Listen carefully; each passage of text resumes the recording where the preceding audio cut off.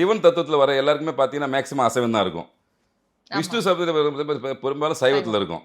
நீங்கள் எப்படி பார்த்தாலும் இவங்க நம்பாள் பொதுவாக அவர் சொல்லும்போது ஆனால் ஈஸியாக போய் ஒரு விஷயத்துக்கு அவர் கேட்கலாமா கேட்க முடியும். யார்கிட்ட முருகா என்னையா பண்ணுற, ஏன் அப்படி பண்ணுற அப்படின்னு உரிமையோடு கேட்கலாம்.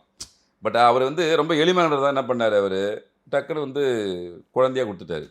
இன்னும் சொல்ல போனால் ஆண் பெண் இணைவில்லாத செயற்கையுடைய தெய்வங்களுக்கு வலிமை எப்பவுமே அதிகம். பொதுவாக இவர் நெற்றிக்கண்ணில் பிறந்த நெருப்போடு பிறந்தவர், இணைப்பில் பிறந்தவர் கிடையாது.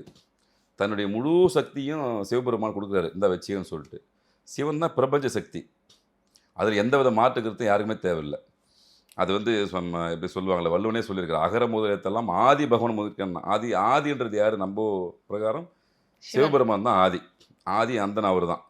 ஆனால் வந்து அவருடைய ஒரு ஆற்றலோடு வந்தவர் தான் முருகப்பெருமான். கேட்ட வரத்தை தரக்கூடியவர்.